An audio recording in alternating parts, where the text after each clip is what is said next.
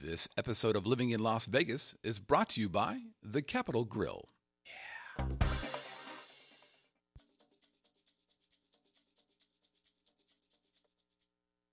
Living in Las Vegas starts now. Yes, it does.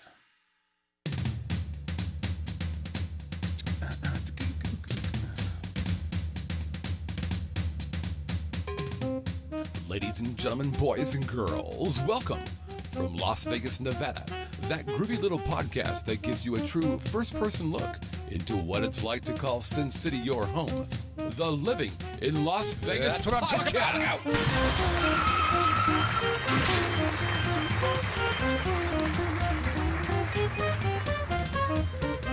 And now your host, a man who clearly needs some kind of introduction, otherwise you wouldn't know who he was. Sing it, Brother Scott. Mr. Scott Whitney.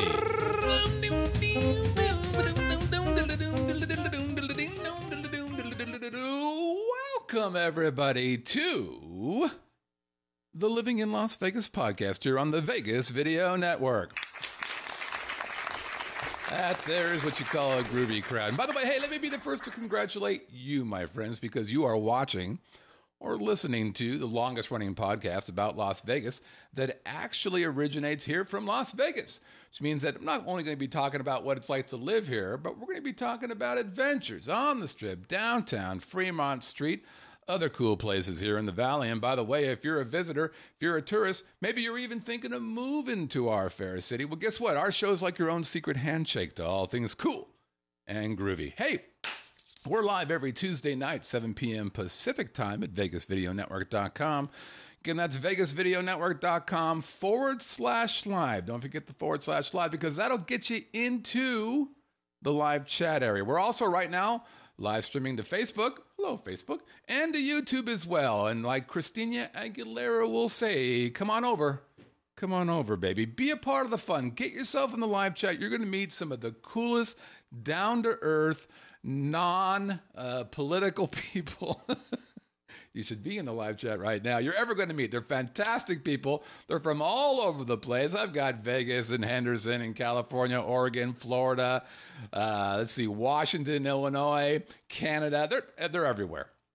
And the cool thing is, along with watching the show as it's being produced, we do a pre-show where we probably start 10 minutes before the show, kind of give people a little hint of what's going on. Gives a chance for the live chat people to get some questions in for one of our segments. And then we do a post-show.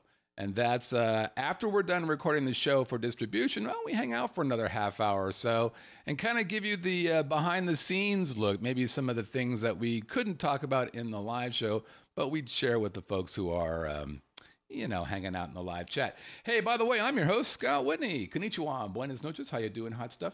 I am the host of this show, the founder of the Vegas Video Network, and I also own Podworks, which owns all this crazy stuff. So, on behalf of myself, thanks for watching this show, and behalf of all the shows on the network, thanks for checking out the Vegas Video Network. By the way, our over-under today, let's go 65 and a hook. Also, we've got some folks new in the live chat. Let's say hi to Seattle Steve. Seattle Steve comes from, wait for it, that's right, West Seattle. His name is, in fact, Steve. And he found us on the YouTube via the suggested video panel thing. So thanks to YouTube for getting out there. Okay, let's get this party started.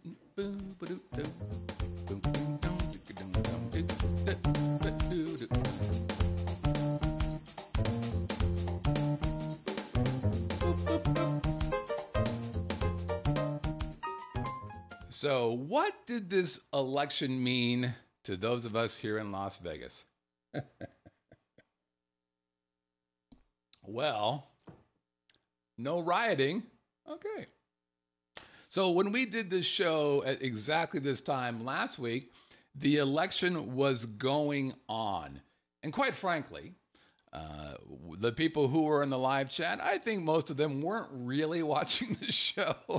They were mostly watching the election results, which if I wasn't doing the show, hell, I would have done the same thing.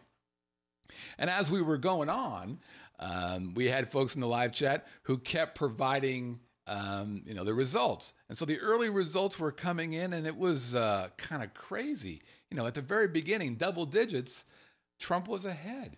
And we're all kind of looking around going, is this really happening? Who would have guessed? Now, I'm a Republican. I believe in, the Republican values. I'm kind of a Republican guy, but maybe a social liberal. In other words, I believe in smaller government. I believe in lowering taxes, both on personal folks and on businesses. I'm a small business guy. Make it easier for me to run my business. Make it easier for me to hire. So I'm a Republican kind of guy. But quite frankly, and I said this on Facebook, that, this is the whole voting for the lesser of two evils. And I think that if you vote for the lesser of two evils, you're still voting for evil. So I voted. I just didn't vote for either one of those two knuckleheads. But nonetheless, this all happened. And I'll be honest with you, when the results were coming in, especially after I finished the show and went into the House, it wasn't done yet. And I felt like, ooh, shit, this is going to happen. And I had a little weird feeling in the pit of my stomach, like, well, we're going to actually elect this guy. What the fuck is going on here? And I just kind of watched. And I probably stayed up till, 1 o'clock. I wanted to watch the whole process. I wanted to see what was going to happen here. And I did. And when the moment Trump carried, when the moment he was elected president, or we became president-elect, the first thing I did is I kind of moved around channels. And by the way, you want to see a bunch of sad adults, go to CNN or MSNBC right after. There were people crying on there. Hey, media bias much? No. Now Fox, they weren't running up and down, jumping up and down, but they were a lot less unhappy than MSNBC was. But as I was thinking about it, the thing that struck me was I was kind of excited. I'm a big change guy. I like change. I like seeing that thing happen. And I was really excited that this happened in America, because what really took place here, of course, is that the people stood up and they said, we're not happy with what's happening in Washington, D.C. And the media clearly didn't get that. And the Democrats didn't quite get that. Actually, Bill Clinton knew a bit about what was going on, but he was ignored from within his own party. And so America went up and said, yeah, we're not real happy with this, and we're going to make a change. And that excites me. Listen, I'm a little worried about the Trumpster. I'm not really sure where his head's at. I will say this: when he did his acceptance speech, I was happy with it. I thought, okay, well, that was well done. Well, yeah, but it was on a teleprompter. Of course, it was on a teleprompter. Obama, he gets this rap for being a great speaker. He's a great speaker when he has a teleprompter in front of him. But if he's just on his own trying to be off the top, he's no better than anybody else. And he does a bunch of uhs and ers and things. Yeah, look at. But so Trump did the teleprompter thing, and I thought it was well done. I was even happier after he met with Obama. And they both, came away seeming like it was a pretty good discussion. And I think President Obama has done a nice job of not being, jerkish about this. And look I don't know how they do it. Those guys were just kicking the crap out of each other verbally. And then the next thing you know, I'm inviting the guy over to my house. So you got to tip your hat to Obama for being able to do that. And, thank God that, Trump figured it out and wasn't a dick there as well. So I don't know. But it affected us here in Nevada as well. So first of all, if you look at what Trump did in Nevada, it was pretty fascinating.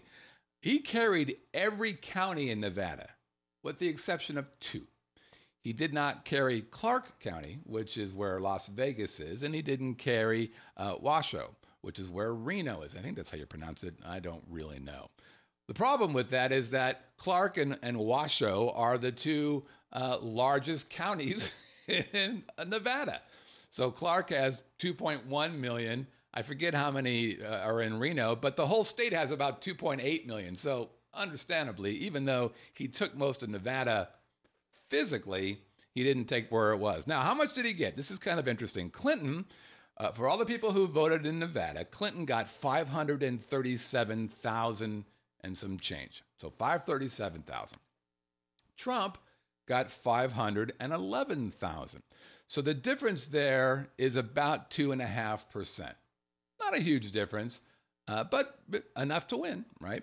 Now, Johnson, who was the lunatic independent guy, he got 37,000 votes, which is more than the difference between Clinton and Trump.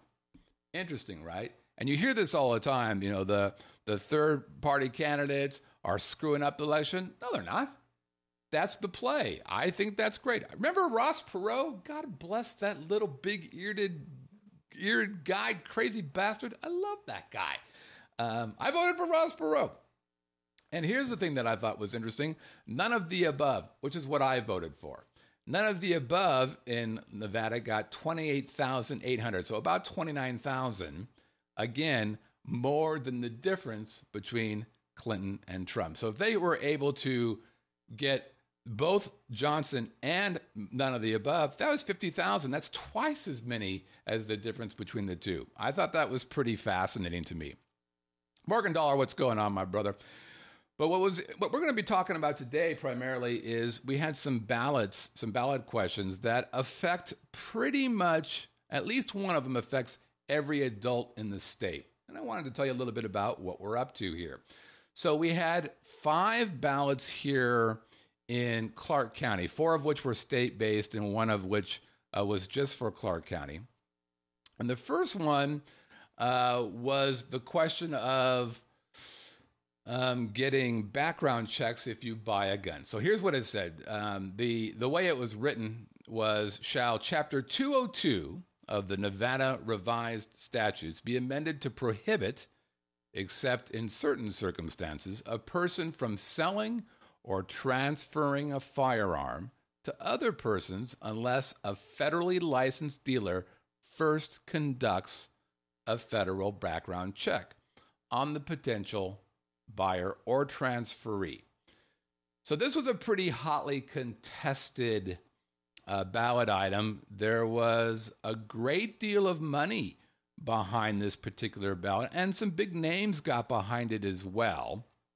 From a money perspective, I thought this was interesting. I didn't realize how much money was being brought in for this until I did some research today about this show. I want you guys to think about this. So live chat, you guys can play along a little bit here. Guess how much money was raised in support of this? How much money was raised in support of this ballot amendment to require background checks for anybody who sells a gun, whether you buy it from a store, which is already being covered, or if you buy it from an individual? So Pops is 80 million. I'll give you a couple guesses here. We'll start with, let's say 10 million. Let's do 15 million. Let's do 20 million. Let's do 30 million. And that should already tell you that's a lot of money. I mean, that's cash donations, man. So Binky, we got, Jimmy's got 15 million. Binky's got 30 million. Barb's got 20 million. DJ's got 30 million. Pops is 80 million, as I mentioned before. So they brought in $19 million. They spent $18.3 million on this campaign. This was for the folks who were for it. For the folks who were against it, instead of $19 million, they brought in $6.5 million. So the way this particular bill works, let me just bring up this information here because it was a little confusing to a lot of people. And there was a variety of folks who were for it and against it. The people against it included the Attorney General and the governor, which is, you know, surprising, you would think. But I want to find where it says what this all entails, because it's let's see here. It's up here a bit more. There we go.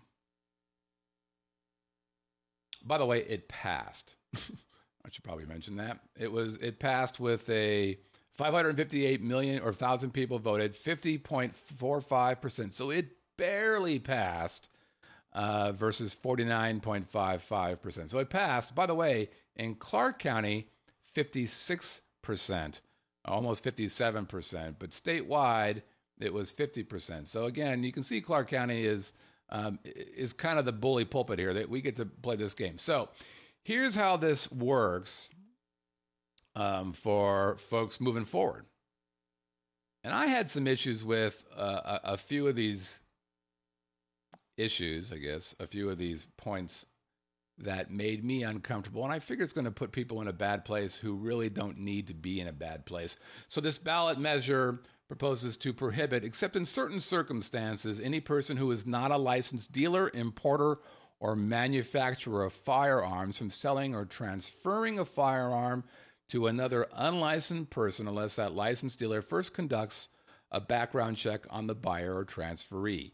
To request the required background check, the law would require both the seller, transferor, and the buyer, transferee to appear jointly with the firearm before a federally licensed firearm dealer. So they both got to come into the place with the gun. The background check would be conducted using the National Instant Criminal Background Check System administered by the FBI, and the federally licensed dealer would be able to charge a reasonable fee. That was one of the issues that I had with it, was they don't say what that means, for conducting the background check and facilitating the transfer between the two people.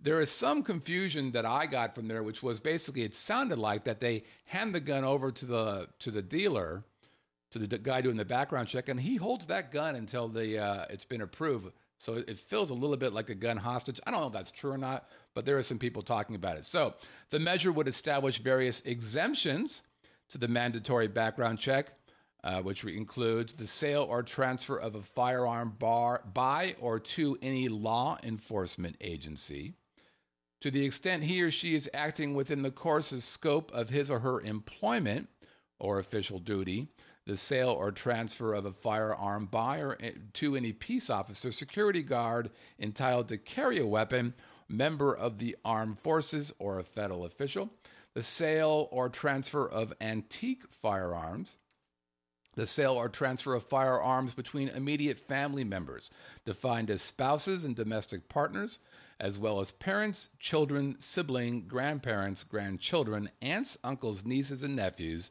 whether whole or half-blood, adoption or step-related, and the transfer of a firearm to an executor, administrator, trustee, or personal representative of an estate or trust that occurred by operations of law dependent upon the death of the former owner of the. Certain temporary transfers of the firearm without a back check would also be allowed under the measure, as long as temporary transfer is to a person who is not prohibited from buying or possessing a firearm. So, for example, temporary transfer required to prevent an imminent death or great bodily harm. So if my friend Bill is about ready to get the shit kicked out of him, apparently I can hand him a gun.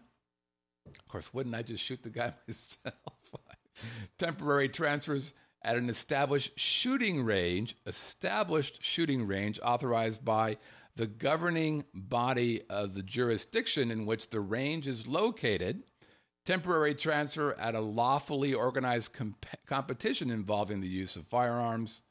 Temporary transfer while participating in or practicing for a performance by an organized group that uses firearms as part of the public performance.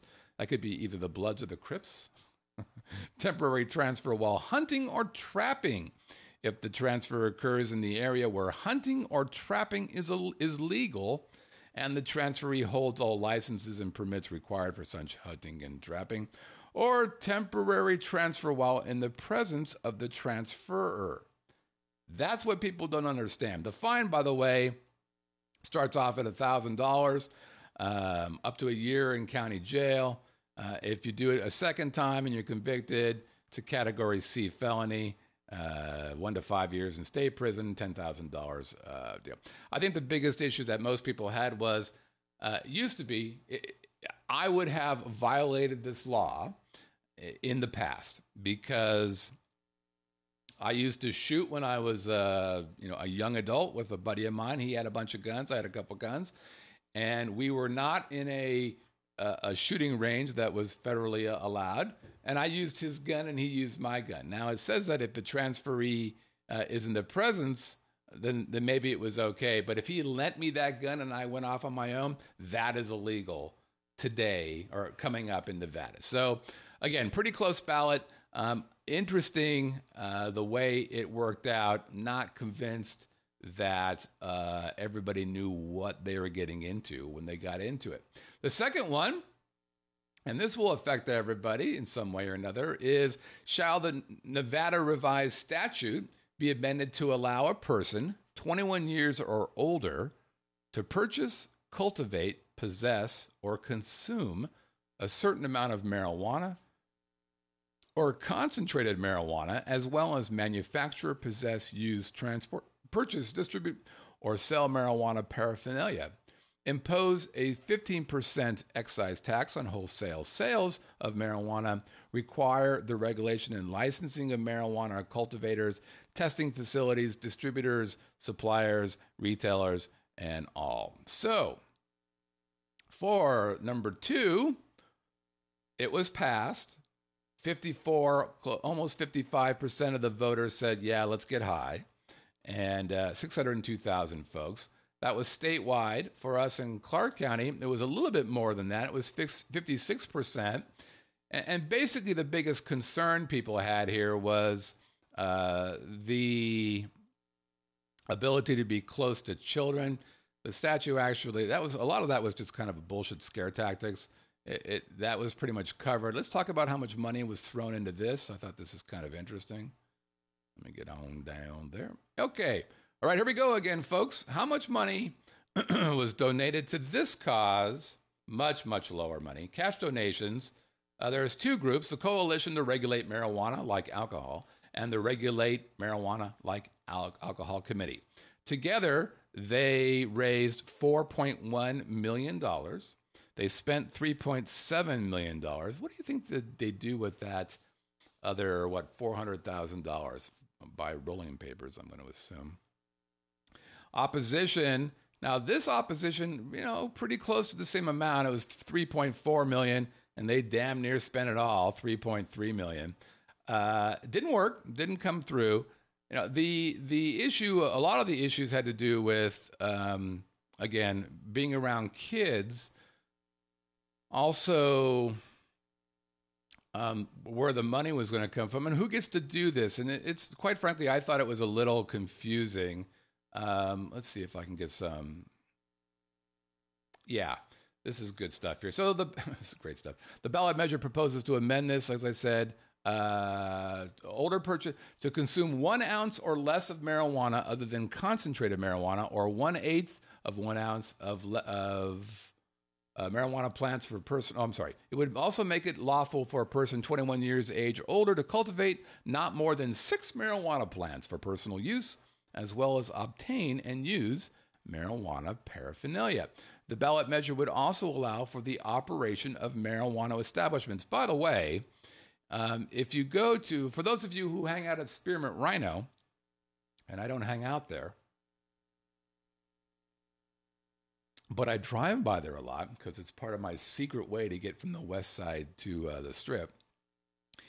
My guess is if you go to Spearmint Rhino now, you're going to meet a much happier clientele and the people who work there. Why? Well, right behind Spearmint Rhino is a monstrous marijuana growing place. I think it's called Reef or the Reefer or the Reef or something like that. I think it's the Reef. And every time you drive by there, the first time I drove by there, I thought I hit a skunk. Remember the term skunk weed at high school, allegedly? Well, this place smells like skunk. And so that smell is rafting right into Spearmint Rhino. So I'm assuming that these guys have a fantastic contact high now. So I don't know if that helps people spend more at strippers, but I think they're all going to be happier. Moving forward, for the first 18 months, the Department of Taxation would only accept license applications for retail marijuana stores, retail or marijuana product manufacturing facilities, and marijuana cultivation facilities from persons holding a medical marijuana establishment registration certificate. Similarly, for the first 18 months, the Department of Taxation would only issue marijuana distributors' licenses to persons holding a Nevada wholesale liquor dealer's license. Isn't that interesting? Unless the department determines an insufficient number of marijuana distributors would result from this limitation. No place could be within 1,000 feet of a public or private school or 300 feet from a community center. The counties with population greater than 700,000, up to 80 retail marijuana store licenses, with no greater or greater than 100,000, but less than 700,000, 20 retail stores, and it goes on from there. I think it's pretty interesting. Quite frankly, I'm one of those guys who believes, listen, I don't believe in the concept of regulating what people put in their body. There's no question that I've seen some people drink and become angry. I've never met an angry high guy. I've met a lot of people driving drunk who probably shouldn't drive. Now, there's been talk that in Colorado, there's been an increase in marijuana-based DUI, or whatever they call it, driving while intoxicated or under the influence. So that's an issue for sure. But again, if you're an adult, I say drink what you want, smoke what you want, take what you want. It's not my problem. It's your body. But just be smart about it. And I think that's pretty much the way the electoral or the electric felt the same way. All right. Let's see. Which one is this one? Question number 3. Shall Article 1 of the Nevada Constitution be amended to require the legislator to provide law for the establishment of an open, competitive retail electric energy market that prohibits the granting of monopolies and exclusive franchises for the generation of electricity? This wasn't even close. And I would argue the kerfluffle that happened because of solar, as a result of Solar City being, in essence, well, not kicked out, they basically left. So 76% of the vote said, yeah, absolutely, let's open this thing up. 23% said no. That was statewide. Oh, I'm sorry, that was in Clark County. Statewide, it was 54%. You know, this is really about a PR thing for one thing. And a lot of people are, well, you know, NV Energy. Listen, they're like every monopoly that, I mean, PG&E is a monopoly where I used to live. And so the argument against it was that the states that have actually done this have actually got beat up. California is one of them, they said. Let's look at who is actually backing this stuff. Who supported it? Henry Reid. That's not surprising. Let's see. Let's get some money in here. Who opposed it? Nobody you would know. Campaign finance. Okay. So, support the Nevadans for affordable clean energy choices. They got $3.4 million. Now, help me with this. They got $3.4 million. They spent $1.9 million. What are they doing with that other $1.5 million? What's the law on that? Does anybody here know? I'm not sure if the live chat would know that, but if anybody's listening or watching, I'd be fascinated to know where's that money go? I think already Pops is saying it goes in their pocket. But is that really the way it works? I think that's bad. So the supporters got $3.4 million. The people against this, $910,000. Who were the biggest supporters for this? Well, here's a shock. Las Vegas Sands put in $1.9 million. Switch put $1.5 million, and MGM Resort whopping $10,000. Now, Sands and Switch have actually challenged the NV Energy to say, we don't want your energy. We should be allowed to do our own. And NV Energy said that you can't do that. If you do that, it costs more money for us to run this stuff, and that's not fair. And so legislation got involved. And I think it was Switch, maybe Ted knows, Switch or Sands. One of those guys said, "Fuck it, we're leaving," and they're going to pay. It might be MGM. They're going to pay this unbelievable amount of money. What, 30, 40, $50 million? Here's $30 million. Now we don't have to use your energy anymore. Isn't that nuts? I think that's insane.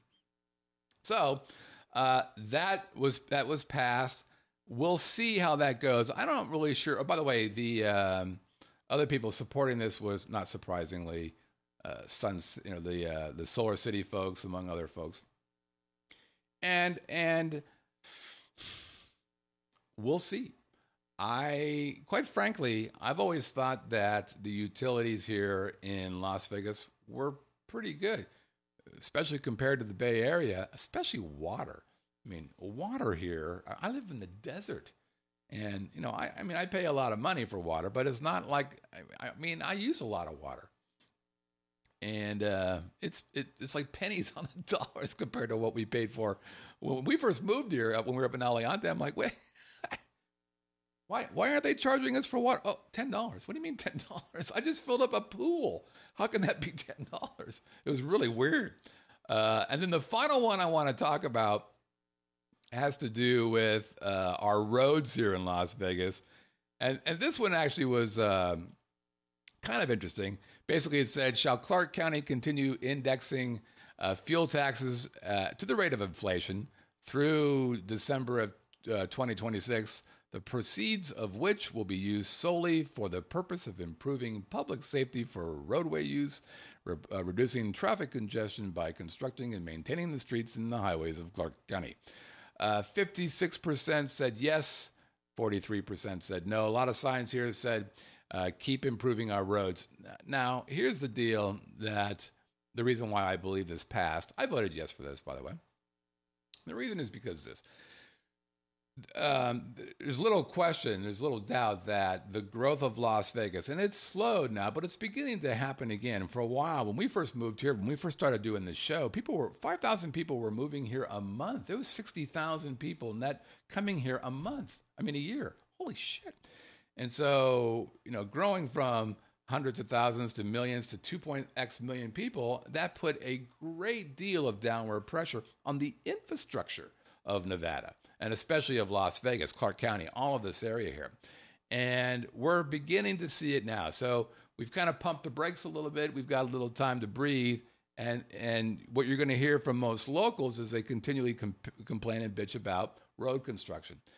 Basically every east or west to east road in Las Vegas below, let's say, 95 has construction going on. Yellow cones, orange cones everywhere. But here's the scoop. Good. Fuck. Before it was horrible and roads were falling apart, potholes, bullshit like that. The Spaghetti Bowl, which is basically where 95 and 15 cross, hopefully they fix this. There was an accident every day. I used to drive by that before we moved. There was an accident every single day northbound, usually right off of Sahara, going north on 15. Hopefully they're going to fix that and deal with the congestion. Now they're going to spend a shitload of money on this, but this is the time to do it. We're growing slower. It's a bit more manageable. Now's the time to fix this stuff so that when and if it starts to grow fast again, we're ready for it. Right? So that's it. Pretty fascinating time. I tell you, Facebook. You want to see panicked people on not just the presidential election. Holy shit, there were some panicked people after that. But even on these ballots, it's pretty interesting. I just want everybody to know we're going to be okay. Everything's going to be fine. No one's going to hurt you. We're all in this together. At the end of the day, America is a great country. We are in a pretty groovy state. It's a little screwed up here and there. But we're going to be okay, everybody. We're going to have a good time. All right, you know what? I think it's time for a little listener email.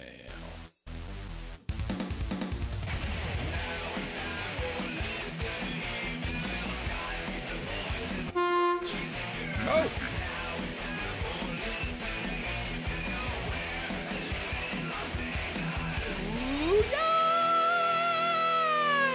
Yeah. Calm down, Snowflake. The live chat is in it, baby. All right.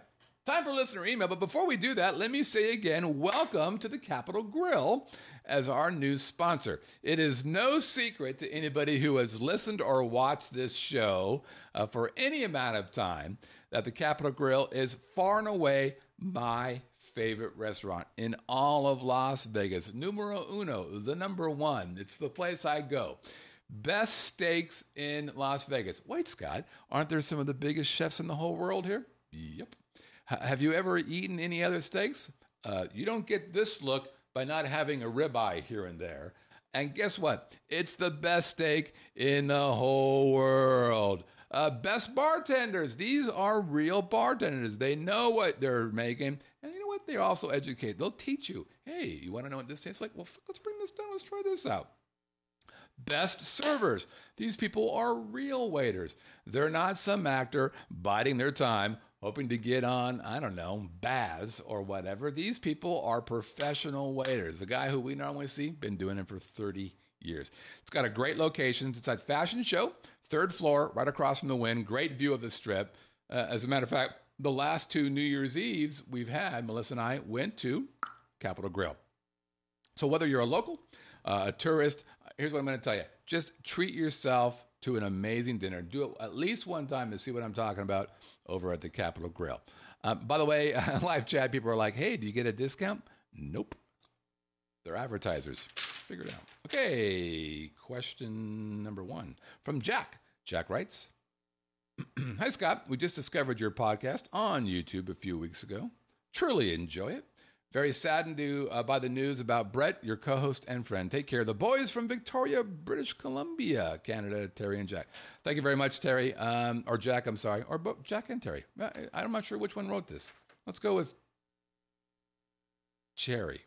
Jerry. Okay. Thanks. I've been getting, I'm still receiving condolences about Brett. I really appreciate that. He's a good guy. And I think I'm touched by how you all responded to that. You know, that's part of the power of podcasting is the closeness that the hosts have with the people who are listening or watching. The live chat's a perfect example of that. But, you know, it was interesting. Actually, it was a very awakening moment as I heard from people who I'd never heard from before. People who told me they'd been listening to the show or watching the show for years, you know, and but they've never reached out to me. Oh, here we go. It's Jake the Rake, 1949. It was Jack who wrote that. He's in the live chat. Look at that, Jake the Rake. Hey, brother. But it's pretty cool to create this medium that allows such an intimate connection between the folks who are putting on the dog and pony and the folks who are ingesting the dog and pony. So thanks to Jack and thanks to these guys, Jack and Terry, for the nice words, and thanks to everybody else. There's been a couple who I haven't read, but I appreciate the sentiment. This is from Gene, also known as Pops. Dear Scott, I believe you said before that you don't do demos or videos for bands. Are there any recording studios in Vegas for artists or bands to record CDs and videos? Yeah, probably about 20 of them. The nicest of which is at Palms. Which is now owned by Station Casinos. Also, where the hell does everyone rehearse? There's a lot of rehearsal. Now, I'm not in that business, so I don't know. But I think there's a lot of those types of places. There's also a lot of video studios on the west side of 15, down just north of 215. A lot of that kind of warehouse space. You know who to ask would be Bryce. Bryce produces a bunch of shows, and they do a lot of rehearsals there. There must be a zillion acts forming, reforming, putting a show together, and the days of the garage band are surely over. So are there any areas where rehearsal space can be found at a reasonable rate? Yeah, I mean, Vegas it doesn't cost a lot to do things in Vegas as a practice. So, and I think rehearsal rates or rehearsal spaces are competitive. And quite frankly, most of the entertainers here, musicians here, don't have a lot of money. So, you've got to, it's a pricing elasticity question. How much can you charge and how many people will pay for that? And I think those guys are doing that. There's a space opening up right now that I think is going to be focusing on that. I think they're going to learn a lesson about, what these folks can do. And by the way, for those of you who watch the entertainment world here in Vegas closely, some 20 plus shows have closed down or are closing down in this year. 2016 was, like Armageddon for shows here. So some really talented people now are scrambling, and I'm already seeing people leaving Las Vegas. People who had shows at names that you would recognize. I'm talking to Travis Clower right now to have him come in to talk a little bit about what he's doing, but also just talk about the business of being in show business. He was Frankie Valli at Jersey Boys. He came from Broadway and came out here. He's been here since the beginning, which is I think 7 or 8 years, and he's out of a job now. And so now he's trying to figure out his own thing, trying to figure out what the hell to do. As a matter of fact, I reached out to him with a question, and he's in New York City right now doing a gig. I think he's doing cruise ships. He's out hustling, and he's also working on shows. He's performed in a couple places. He's got a Christmas thing coming up. He's done a couple times at Smith Center. So I think it'll be interesting to kind of get an insight into what people who are his type, very talented guys, are doing to run their business. And most of these guys aren't business people, quite frankly. They're out there being entertainer types, and I don't think a lot of these guys really have a good feeling for the business side. Now that may not be true, but in my experience, when I started the co-op, I knew a ton of entertainers, a ton of them. Talktails brought in a shitload of entertainers. And when I started the co-op, I very specifically did not go out and talk to folks who are in the entertainment business because I knew from talking to them, they didn't have any money. These guys were pretend rich. They dressed nice. They went to red carpet affairs and they got, comp for this and that and the other thing. But ask them to pay a couple $100 a month for video. Fuck, they couldn't do it. In the live chat, we got Pops saying, what were you saying there, Pops? I want my own studio, but don't know if I'll be able to fund it just for personal. Well, if you want your own studio, Pops, like within your house, that's easy. If you want your own studio separate from your house, it just depends on the type of property. The place that I'm at right now, I got a nice deal. And before that, I was looking at mixed-use places, which are, warehouse in the back. That's where I thought I'd put the studio stuff and some offices in the front.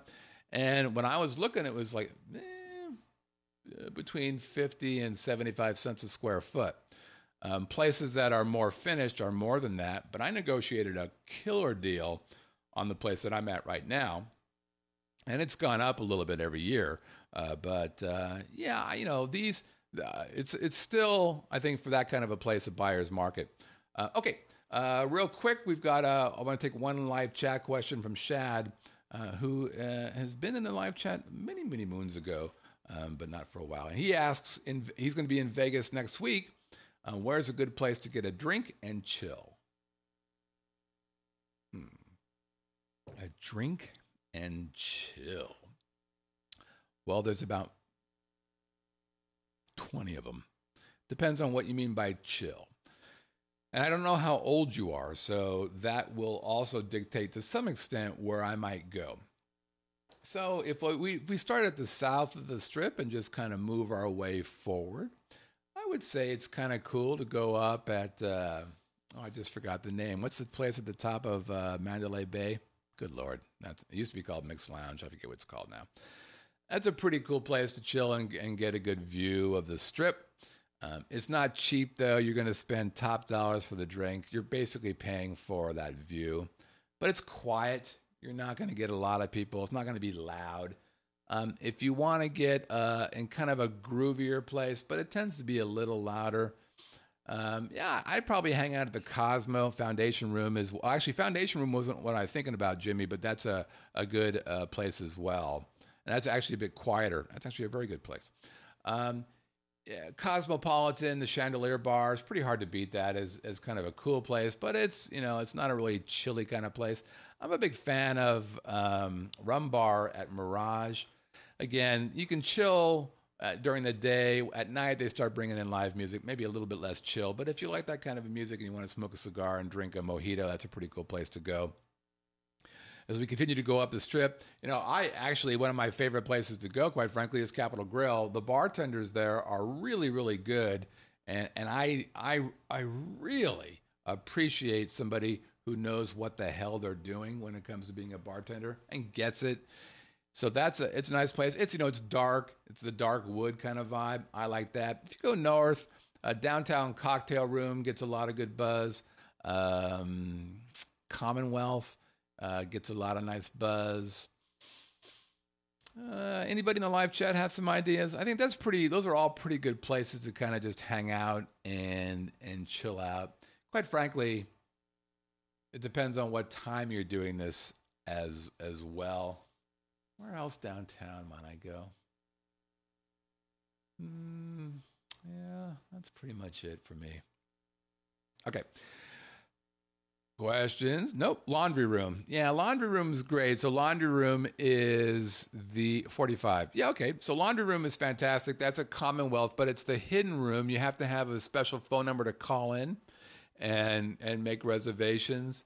I think it only holds about 15 people or so. I have a number. I've just never called them. But I've heard great things about it. It's supposed to be pretty fantastic. And I would also say that if you want if you go to Stratosphere Lounge 107 or the 107 Lounge, it's a pretty quiet place. You can go directly up there. You don't have to pay to get up there. It's got a fantastic view. That's nice. Where else? Oh, if you want to go off strip just a hair, I'd go to Urban Rye, which is on Sahara and Valley View. It's real close to our studio, actually. That's a fantastic place. Binky has just gave out the number to get laundry room, 702-701-1466. There you go. I'm sure that's not going to piss anybody off. Hey, let's have a drink. Have a drink on me. Have a drink on me. All right.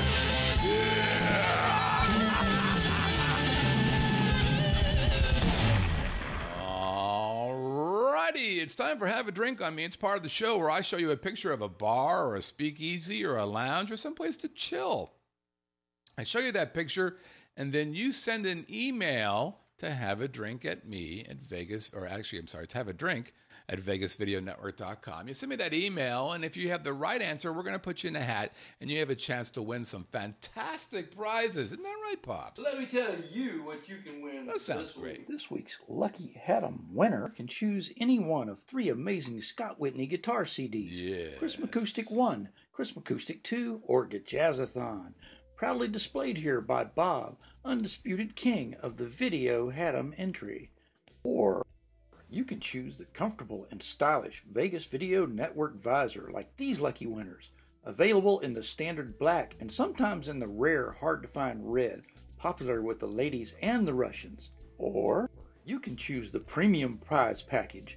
The next time you're going to be in Vegas, you can arrange an evening of sophistication and class with the man himself, the guru of all things Vegas, Scott Whitney. Well, okay, at least drinks, laughs, and some priceless conversation. Send your entry into Have a Drink at VegasVideoNetwork.com. VegasVideoNetwork.com. Thank you, Pops. All right. Music. Thank you. So you get one entry if you put in the correct answer. You'll get a chance to double your entries, maybe even triple. If you're the very first correct answer, we're going to give you another entry in the hat. If you're in the live chat and submitted a correct answer, we'll give you another one. If you submit a video Haddam entry, we'll give you another one of those. By the way, there's some pretty magical things that do happen if you end up getting one of them their visors. What, Scott? Is it really true? Can good things happen to you? Yep, they can. Because if you end up getting a visor and you take a picture of yourself and you send it in to us, guess what happens? You become a part of the galaxy of God.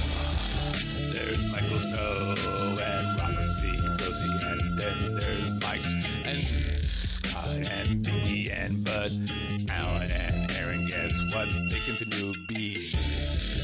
And Bob and Boblet and Danny and Shannon, Chen and Craig, Glenn and Jimmy Duchess, who's a fucking killer winner. Rob hasn't won as much as Jimmy. There's Ken in Hawaii, Stuart and Christina, whose all babies are because of our music, and Don John and Jack. But wait, we've got a bunch more too. There's Pops and Sammy and Carol and a dog. And Chris, whose heart stopped. And Preston and Scott. And of course, your buddy Wayne. And let's not forget Brett. That a boy, everybody. Okay. Let's see what we got here. We got 19 out of 19. And here's last week's Have a Drink on Me. Boink. There it is.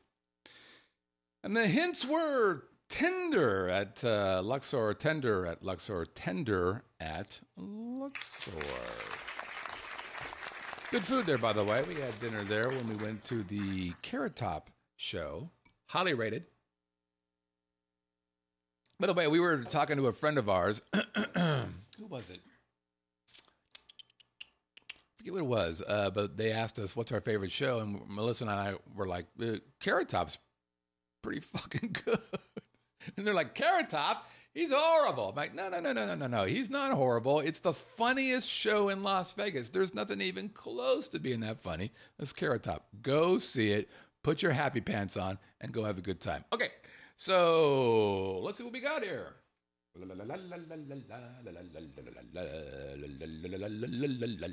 Okay, number one entry, Mike Q. He gets one for the correct answer. Mike gets one for being the first correct answer. Mike's going for a triple, baby, because Mike is in the live chat as well. So Mike just created a triple opportunity to win big. By the way, here's Mike's theme song. Next up, Monica Fagan from Chicago. Mike's from PDX, by the way. That would be Portland. Monica gets one for the correct answer. Monica gets one for being in the live chat. Monica's a previous winner, a lovely gal. She's from Chi-Town, as the kids say. Here's Chicago's theme song. Next up, we've got Gary Romberg, Mr. Testy. We've got Mike Beatty. Hello, Mikey. Nick Grunwell. Oh, hello, Mr. Grunwell. I think he's a first-time entry. Thanks, Nick. We've got Andy in New Hampshire. What's happening there? Andy in New Hampshire. Boop. Tammy Mossbrucker. Boink. We've got Alan Perry from Arizona. Boink. We've got Aaron Perry. This is an example of doubling your pleasure as well. Husbands and wives, get in together. Be a team. Put your entry for the wife, your entry for the husband, or significant other. We don't care. We're on the Rainbow Coalition. And you've doubled your chances to win. We've got Robert C., Rob O. 68, Pittsburgh. One for the correct answer there. And we've got Darlene. Darlene, no. Tomahawk say no. That name freaks me out, man. Trafficanti. I'm guessing Italian? I don't know. Darlene. I wish you had a different name. The name does completely freak me out. And Michael Snow.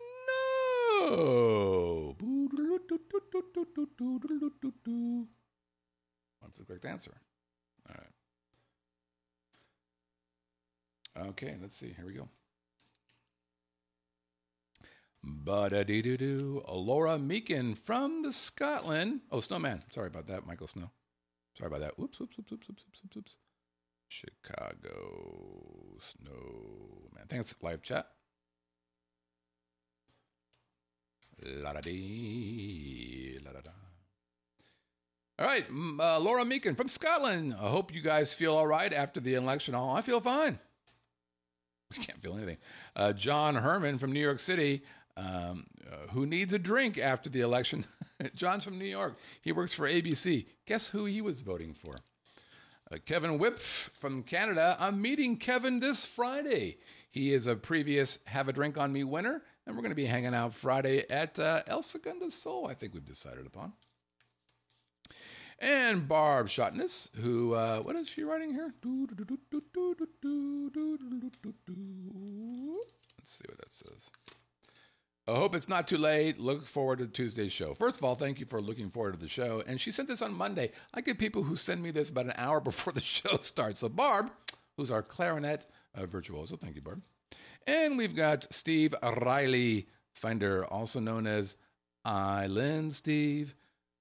So he gets one for the correct answer. Oh, Barb gets one too. Sorry about that, Barb. Barb gets a double. La-da-dee. Boink. One for Barb. And then Steve Riley gets another one because he is in the live chat. One for the correct answer. Let's double check to make sure he's still in there. Yeah, you never know these people. Sometimes they're flaky. Island Steve. Oh, there he is. Okay, he's in there. Attaboy, Steve. And next up, we've got Michael B. from Chicago. Michael writes, "You're welcome, Steve." Dear folks, first of all, his subject says, "Had 'em tender, had 'em sweet, had 'em never let me go." Dear folks, inspired for the bad pun in the headline, this week's had 'em is tender. Thanks as always, Michael B. from Chicago. Love me tender. Come on, everybody sing with me. Let's do it. Ready? Love me tender. Love me sweet.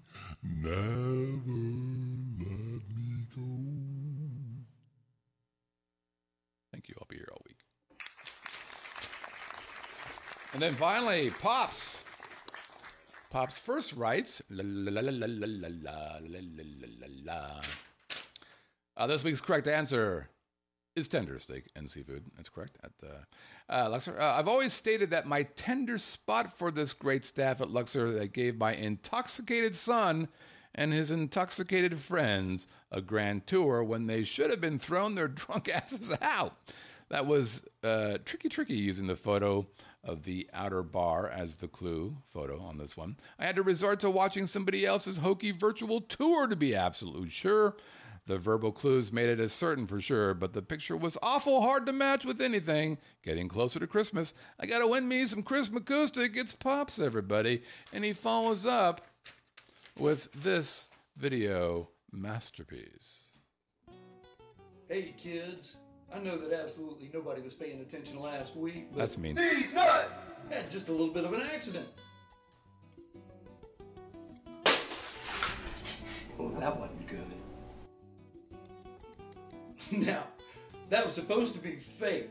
I was going to do some sound effects, maybe put in the Hindenburg crash. I didn't know what I was going to do with it, but the D's Nuts bottle wasn't supposed to explode behind me. I knew it was a plastic bottle. The bottle didn't break. The top came flying off.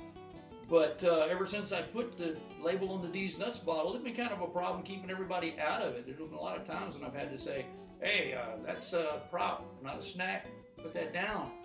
And now that I've swept it all up off the warehouse floor and it's got dust and dirt and cat hair, nuts and bolts, little pieces of wire and some fiberglass in it, depending on whether I like you or not, depends on what I'll tell you when you grab the D's Nuts bottle.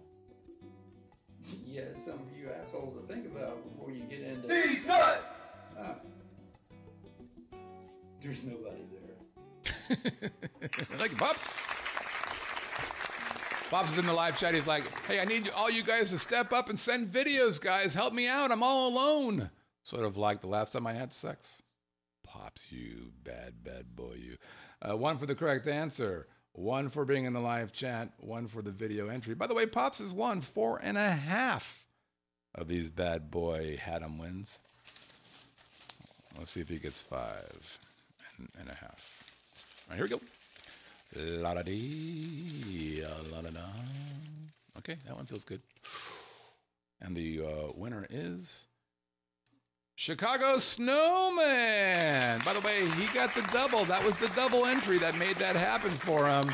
Congratulations, mi amigo. We will be emailing you out shortly. And you can win either a CD, a visor, or a drink on your buddy Scott. All right. Let's look at this week's Have a Drink on Me.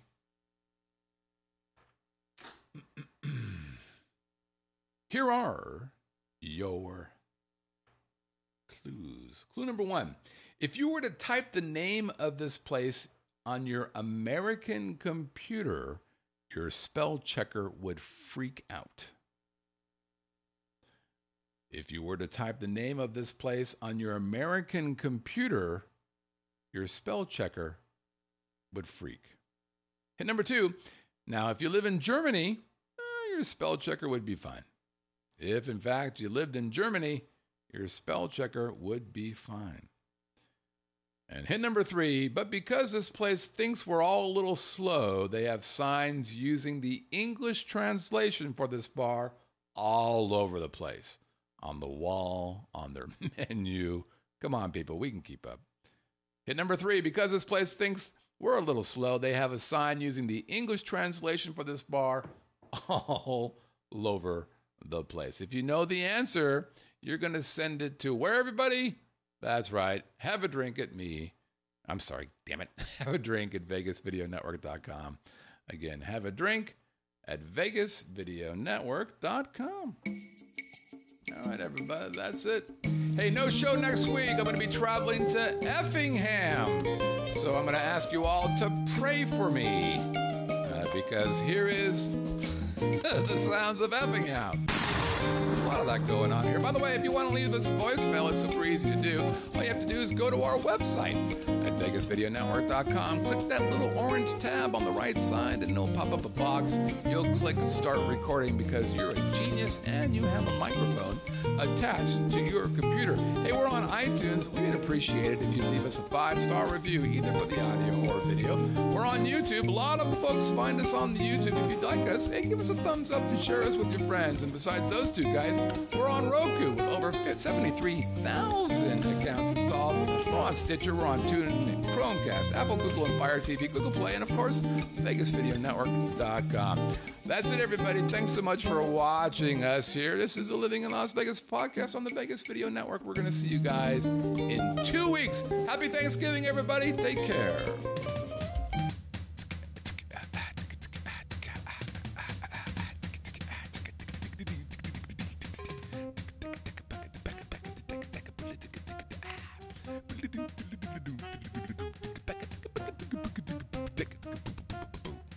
Take it.